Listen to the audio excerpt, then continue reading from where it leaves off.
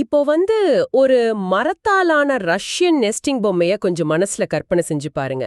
நீங்க கண்டிப்பா பார்த்திருப்பீங்க.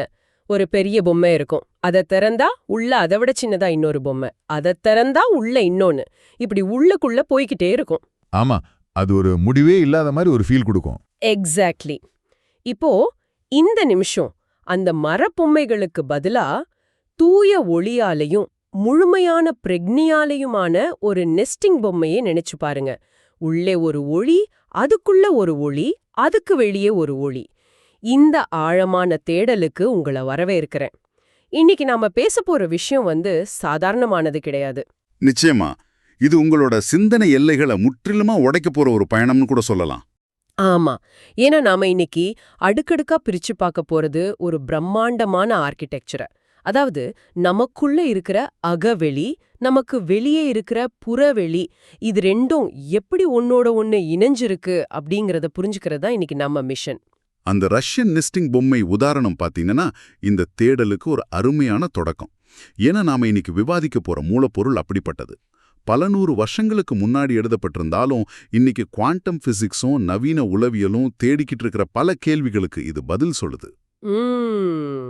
அதாவது நீங்க வள்ளலார் எழுதிய அந்த வரிகளை சொல்றீங்க, கரெக்டா? கரெக்ட். அருட்பெருஞ்சோதி அகவல்ல வரக்கூடிய 268 இருந்து 271 வரையிலான அந்த ரகசிய தத்துவ படிக்கட்டுகள், அப்புறம் அருட்பெருஞ்சோதி நாம சங்கீர்த்தனம், இந்த வரிகள் தான் இன்னைக்கு நம்மளோட சோர்ஸ். இது ஏதோ சாதாரண பக்தி இலக்கியமோ கவிதையோ கிடையாது. இது மனித மனசுக்கும் இந்த பிரபஞ்சத்துக்கும் இடையில இருக்கிற கட்டமைப்ப ரொம்ப துல்லியமா விளக்குற ஒரு மேப். வாவ், ஒரு பிரபஞ்ச வரைபடம். இப்போ இதை கேட்டுட்டு இருக்கிற நீங்க யோசிக்கலாம், அதாவது இது எனக்கு ஏன் தேவை அப்படின்னு. பாத்தீங்கன்னா நாம தினமும் பல விஷயங்களை எதிர்கொள்றோம், கோவப்படுறோம், சந்தோஷப்படுறோம், பல முடிவுகள் எடுக்கிறோம். ஆனா இது எல்லாமே ஏதோ ஒரு தட்டையான தளத்துல நடக்கல. உண்மைதான். நம்ம கண் பார்வைக்கு தெரியாத ஒரு பெரிய டிசைன் இதுக்கு பின்னால இருக்கு. அந்த டிசைனை புரிஞ்சுக்க முதல்ல நாம அந்த ஒளியோட தொடக்கத்தையும் அதோட மையத்தையும் பத்தி பேசணும். சோ அந்த முதல் 2 வரிகள் என்ன சொல்லுது? அகவலோட அந்த முதல் 2 வரிகள் ரொம்ப ஆழமான ஒரு முரண்பாட்டை, ஒரு பாரடாக்ஸை நம்ம முன்னாடி வைக்குது.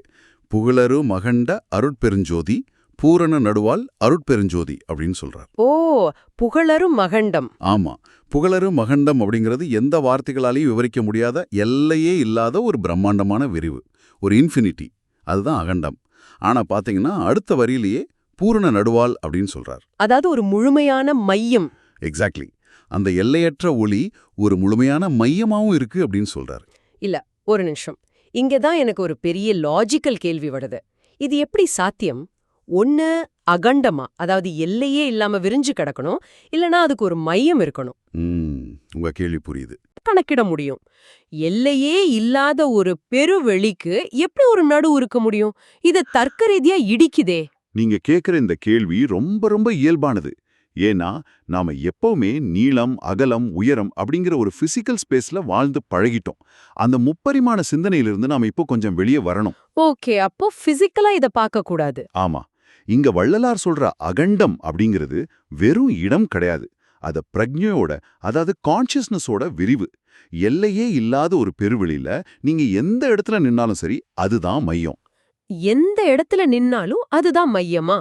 இத கொஞ்சம் இன்னும் எளிமையா விளக்க முடியுமா? ஏன்னா கேட்க நல்லா இருக்கு, ஆனா மனசுக்குள்ள ஒரு சித்திரமா வரமாட்டேங்குது. சரி, இத கேட்டுட்டு இருக்கிற உங்களை உதாரணமா வச்சுப்போம். நீங்க இப்போ ஒரு இருட்டான, முடிவே இல்லாத ஒரு பெரிய விண்வெளியில மிதந்துட்டு இருக்கீங்கன்னு வச்சுக்குவோம். உங்களுக்கு முன்னாடி, பின்னாடி, மேல, கீழே அப்படின்னு எந்த பக்கமும் எல்லைகளே இல்ல. ஓகே, கற்பனை செஞ்சுக்கிட்டேன். இப்போ உங்களோட மையம் எது? உங்களோட இருப்பு மட்டும்தான் உங்களோட மையம். அந்த அருட்பெருஞ்சோதி எங்கும் நிறைஞ்சிருக்கிற ஒரு அகண்டமான விஷயம். இந்த பிரபஞ்சத்துல இருக்கிற அத்தனை கோடானு கோடி அண்டங்கள்லயும் அது வியாபிச்சிருக்கு. அதே சமயம் இப்போ இத கேட்டுட்டு இருக்கிற உங்களோட உடம்புல இருக்கிற ஒவ்வொரு அணுவுலையும் அதுவே மிக துல்லியமான மையமா, பூர்ண நடுவா வீற்றிருக்கு. எல்லையற்ற தன்மையும் துல்லியமான மையமும் ஒண்ணுக்கொன்னு எதிரானது கிடையாது. ஓ, அப்போ அவை ரெண்டும் ஒரே பிரக்ஞையோட 2 பரிமாணங்களா? ஆமா, சரியா சொன்னீங்க. கடலோட ஒவ்வொரு துளியிலையும் முழு கடலோட தன்மையும் இருக்கிற மாதிரி மையம்ங்கிறது ஒரு குறிப்பிட்ட லொகேஷன் கிடையாது, அது ஒரு நிலை. ஓ, இப்போ பியூர் புல்கிற உதவி இந்த எல்லையற்ற மையத்தை புரிஞ்சுகிட்ட பிறகு அடுத்த கட்டத்துக்கு போவோம். அந்த ஒற்றை மையத்திலிருந்து இந்த ஒளி எப்படி பல்வேறு அடுக்குகளா பிரியுது? ஏன்னா அடுத்தடுத்த வரிகள்ல நிறைய புது வார்த்தைகள் வருது பாத்தீங்களா? ஆமா, இங்கதான் இந்த மூலப்பொருள் ஒரு கவிதையில இருந்து பிரபஞ்சத்தோட ஒரு துல்லியமான வரைபடமா மாறுது. அந்த வரிகளை கொஞ்சம் கவனிங்க. அகநடு வகுத்த அருட்பெருஞ்சோதி, புறப்புற கடைமுதல் அருட்பெருஞ்சோதி அப்படின்னு ஆரம்பிச்சு. புறத்தியல், அகப்புற கடைமுதல், அகத்துற அப்படின்னு பல வார்த்தைகள் வருது. அகம் புறம் அப்படிங்கறது நமக்கு ஈஸியா தெரிஞ்ச விஷயம். ஆனா அதையே பல அடுக்குகளா பிரிக்கிறார் இல்லையா? கண்டிப்பா. அகநடு அப்படிங்கிறது ஆழமான உள்மைகும். அப்புறம் புறப்புறம், அதாவது வெளியிலுக்கும் வெளியே. அகப்புறம்னா உள்ளுக்கும் வெளியே. அகத்துற அப்படிங்கிறது உள்ளே உறைவிடும். இப்படி ஒரு முழுமையான கட்டமைப்பை உருவாக்குறார். இந்த இடத்துல நம்ம கொஞ்சம் நிதானமா இத பிரிச்சு மேயணும்னு நினைக்கிறேன். அகம்னா உள்ளே, புறம்னா வெளியே. இது நமக்கு ஈஸியா புரியுது.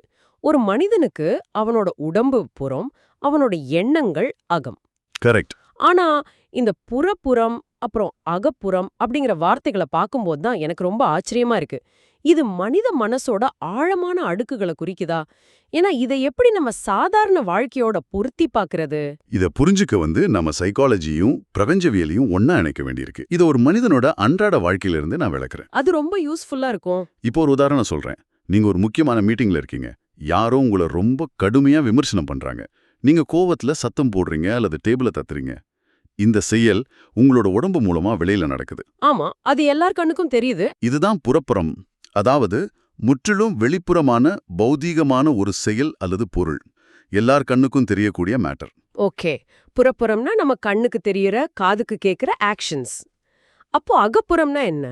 நீங்க சத்தம் போட்டீங்க இல்லையா? அதுக்கு பின்னால என்ன ஓடுச்சு? உங்களுக்குள்ள ஒரு ஈகோ ஹர்ட் ஆகியிருக்கலாம்.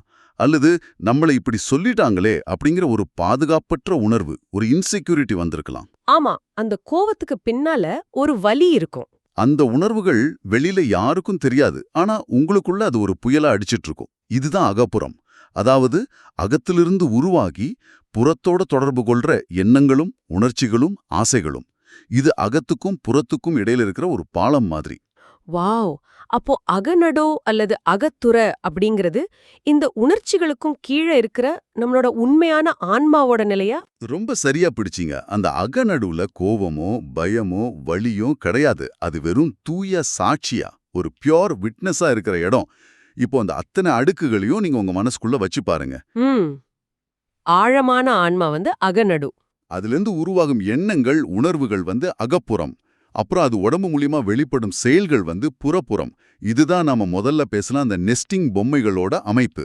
ஆமா, உள்ளுக்குள்ள போகுது. ஆனா இதுல நாம கவனிக்க வேண்டிய மிக முக்கியமான ஒரு வார்த்தை இருக்கு. அதுதான் வகுத்த. அகநடு வகுத்த அருட்பெருஞ்சோதி அப்படின்னு வருது. ஆமா, நானும் கவனிச்சேன். இந்த வகுத்த அப்படிங்கிற வார்த்தை திரும்ப திரும்ப வருது. வகுத்தனா பிரிச்சு வச்ச அல்லது டிசைன் பண்ணன அப்படிங்கிற அர்த்தம் தானே. இதுல என்ன அவ்ளோ பெரிய விஷயம் ஒளிஞ்சிருக்கு? வகுத்த அப்படிங்கிறது வெறும் டிசைன் அப்படின்னு சுருக்கிட முடியாது. அது ஒரு மெக்கானிசம். ஒளி அப்படிங்கிறது ஏதோ சூரியன்லேருந்தோ பல்ப்லேருந்து வர வெளிச்சம் மட்டும் கிடையாது. அது ஒரு அறிவு, ஒரு பிரக்ஞா. ஓ, ஒரு இன்டெலிஜென்ஸா? ஆமா, அந்த அருட்பெருஞ்சோதி தான் இந்த அகத்துக்கும் புறத்துக்குமான எல்லைகளையும் விதிகளையும் வகுத்து ஒழுங்குபடுத்துது. ஒரு சாஃப்ட்வேர் இன்ஜினியர் எப்படி ஒரு ப்ரோக்ராம் எழுதுறாரோ, எந்த இன்புட் கொடுத்தா என்ன அவுட்புட் வரணும்னு கோட் பண்றாரோ, அதே மாதிரி இந்த பேரொளி அகத்தையும் புறத்தையும் வகுத்திருக்கு. வாவ்! எந்த எண்ணம் எந்த செயலா மாறணும், எது உள்ளே இருக்கணும், எது வெளியே செயல்படணும் அப்படிங்கிற விதிகளை உருவாக்குறதே அந்த ஒளிதான். அதாவது அந்த ஒளிதான் ஆர்கிடெக்ட், அதுதான் இன்ஜினியர், அதுதான் கட்டுமான பொருளும் கூட அப்படின்னு சொல்றீங்க. இது பிரமிப்பா இருக்கு. உண்மைதான். பாத்தீங்கன்னா, உள்ளே ஒன்னு நினைச்சு வெளியே ஒன்னு செஞ்சா ஏன் நமக்கு ஒரு மாதிரி குற்ற உணர்ச்சி வருது அப்படிங்கிறதுக்கு இப்போ ஒரு சயின்டிபிக் விளக்கம் கிடைச்ச மாதிரி இருக்கு. ஏன்னா அந்த டிசைனையே நம்ம மீறோம். எக்ஸாக்ட்லி. அந்த நேச்சுரல் ஃப்ளோவை நாம டிஸ்டர்ப் பண்றோம். சரி, இந்த அடுக்குகள் எப்படி உருவாக்கப்பட்டிருக்கு, அதோட இயக்கம் என்ன அப்படிங்கறத பார்த்தோம். இப்போ எனக்கு அடுத்த கேள்வி வருது. இவ்ளோ அடுக்குகளா அகநடு, புறப்புறம், அகப்புறம்னு பிரிஞ்சிருக்கும் போது இவை சிதறி போகாம எப்படி ஒன்னோடு ஒன்னு இணைந்து செயல்படுது? இது ரொம்ப முக்கியமான கேள்வி. இப்போ ஒரு கார் இருக்குன்னா பல பாகங்களை நட் போல்ட் போட்டு முடுக்கி வச்சிருக்காங்க. இந்த பிரபஞ்ச அடுக்குகளை, மனித மனசோட அடுக்குகளை எந்த நட் போல்ட் போட்டு இணைச்சிருக்காங்க? இதற்கு அந்த மூல வரிகள்ல விடை இருக்கா? நிச்சயமா இருக்கு. அதுதான் அடுத்த வரிகள்ல மிக தெளிவா ஒரு அறிவியல் பூர்வமான பார்வையில அவர் சொல்றார். புனர்ப்பார் புறப்புறம் அருட்பெருஞ்சோதி அரக்கணம் வகுத்த அருட்பெருஞ்சோதி, அப்புறம் அணைவாள் லக்கணம் அருட்பெருஞ்சோதி அப்படின்னு சொல்றார்.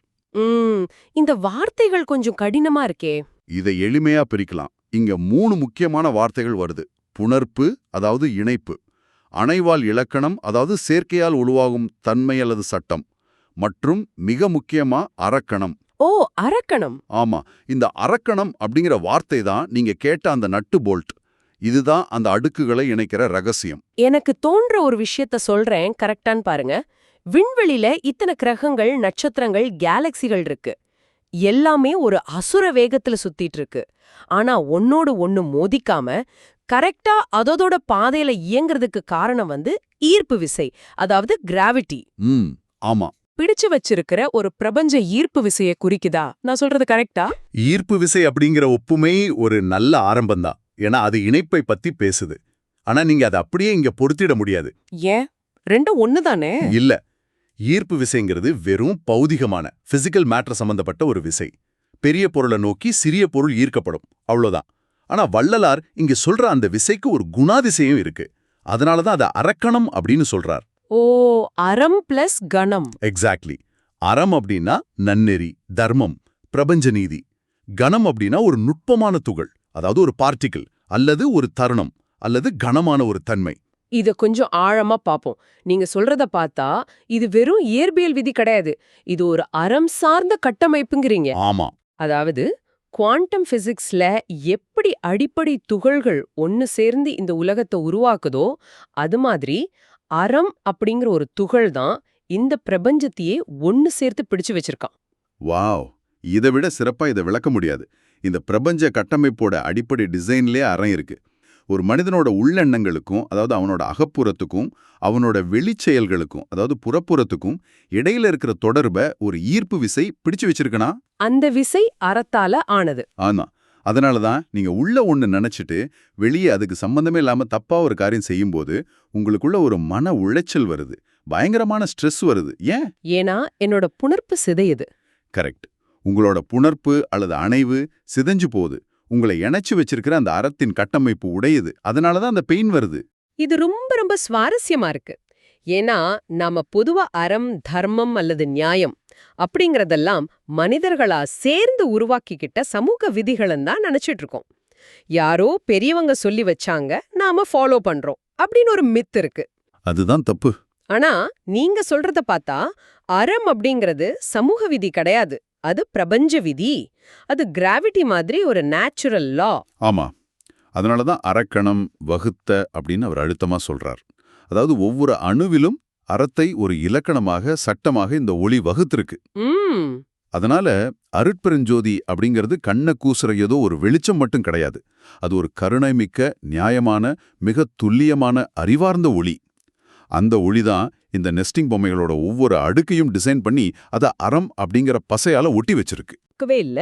சரி, நாம இப்ப பேசிட்டு இருக்கிற விஷயங்களை கொஞ்சம் சுருக்கி பாப்போம். கண்டிப்பா.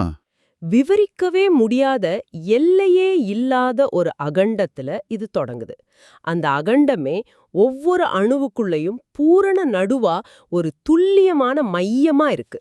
ஆமா. அந்த மையத்திலிருந்து விரிவடைகிற ஒளி புறப்புறம், அதாவது நம்ம கண்ணுக்கு தெரியற வெளி உலகத்திலிருந்து அகத்துற, அதாவது நம்மளோட ஆழமான ஆன்ம நிலை வரைக்கும் பல அடுக்குகளை பிரிச்சு வகுத்து, அந்த அத்தனை அடுக்குகளையும் வெறும் ஜடப்பொருளா இல்லாம, ஆமா, அறம் அப்படிங்கிற பிரபஞ்ச நீதியால புணர்த்து, அதாவது இணைச்சு வச்சிருக்கு.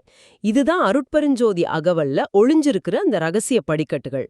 நான் சரியா சொல்லிட்டேனா? மிகச் சரியான தொகுப்பு. இந்த ரகசிய படிக்கட்டுகளை புரிஞ்சுக்கிறது மூலமா நாம வெறும் முப்பரிமாண உலகத்துல வாழும் சாதாரண மனிதர்கள் கிடையாது, பல பரிமாணங்களை கொண்ட ஒரு பிரபஞ்ச ஒளியின் நீட்சி அப்படிங்கறத நம்மால உணர முடியும். இப்போ இத கேட்டுட்டு இருக்கிற உங்ககிட்ட வரேன். இது உங்களுக்கு ஏன் முக்கியம்? உங்களோட வாழ்க்கை அப்படிங்கிறது வெறும் ஒற்றை பரிமாணம் கிடையாது. காலையில எந்திரிக்கிறோம், மொபைல செக் பண்றோம், வேலைக்கு ஓடுறோம், பணம் சம்பாதிக்கிறோம், தூங்குறோம். இது மட்டுமே உங்க வாழ்க்கை கிடையாது. நிச்சயமா இல்ல. நீங்களும் அந்த ஒளியாலான ரஷ்யன் நெஸ்டிங் பொம்மைகள் மாதிரிதான். நீங்க யாருக்கிட்டையும் சொல்லாத உங்க மனசோட இருண்ட மூளைகள்ல இருக்கிற எண்ணங்கள்ல இருந்து வெளியில எல்லார் கண்ணுக்கும் தெரியும்படி நீங்க செய்யற சின்ன சின்ன ஆக்ஷன்ஸ் வரைக்கும் எல்லாமே ஒன்றோடு ஒன்று இணைக்கப்பட்டிருக்கு. அது இணைப்பு எப்படிப்பட்டதுன்னு இப்ப உங்களுக்கு தெரியும். ஆமா, அந்த இணைப்பு அரைக்கணும் அப்படிங்கிற கண்ணுக்கு தெரியாத ஒரு நூலால் நெய்யப்பட்டிருக்கு. உங்களோட ஒவ்வொரு அடுக்குக்கும் ஒரு தொடர்பு இருக்கு. நீங்க தனித்தனி தீவுகள் கிடையாது. நீங்க என்ன நினைச்சாலும் என்ன செஞ்சாலும் அது இந்த பிரபஞ்ச கட்டமைப்போட எதிரொலிக்கிற ஒரு விஷயம்தான். நீங்க உள்ளே ஒரு உண்மையையும் வெளியே ஒரு போர்வையும் போர்த்திக்கிட்டு வாழும்போது அந்த அரக்கணம் சிதையுது. அதுதான் மனிதர்களோட பல துயரங்களுக்கும் ஸ்ட்ரெஸ்ஸுக்கும் காரணம். அந்த பூரண நடுவோட நம்ம அகத்தையும் புறத்தையும் அலைன் பண்றது தான் இந்த தேடலோட உண்மையான நோக்கமா இருக்க முடியும். கண்டிப்பா. இதோ இந்த ஆழமான தேடலோட முடிவுல உங்களுக்கு ஒரு சின்ன ஆனா ரொம்ப வலுவான சிந்தனைய விட்டுச் செல்ல விரும்புறேன். இந்த மூல வரிகள் புறப்புறத்திலிருந்து, அதாவது மிகவும் வெளியிலிருந்து தொடங்கி மீண்டும் அகத்துற நோக்கி பயணிக்கிறத பத்தி பேசுது. மட்டுமே நிறைஞ்சிருக்கிற இந்த உலகத்துல நீங்க இப்போ எந்த அடுக்குல வாழ்ந்துட்டு இருக்கீங்க? ரொம்ப முக்கியமான கேள்வி இது. உங்களோட முழு வாழ்க்கையும் சிந்தனையும் அந்த புறப்புறத்துல மட்டுமே உழன்றுகிட்டு இருக்கா? அந்த வெளி உலக சத்தங்கள் எல்லாம் தாண்டி உங்க ஆழத்துல உங்களுக்குள்ளேயே ஒழிஞ்சிருக்கிற அந்த பூரண நடுவை மீண்டும் சென்றடைய நீங்க எடுக்க போற முதல் ரகசிய படிக்கட்டு எது? அந்த ஒளியால் ஆன ரஷ்யன் நெஸ்டிங் பொம்மைகள்ல உங்கள நோக்கி போற அந்த பயணத்துல எந்த அடுக்க இன்னைக்கு திறக்க போறீங்க? யோசிச்சு பாருங்க. மீண்டும் ஒரு ஆழமான தேடலில் சந்திப்போம்.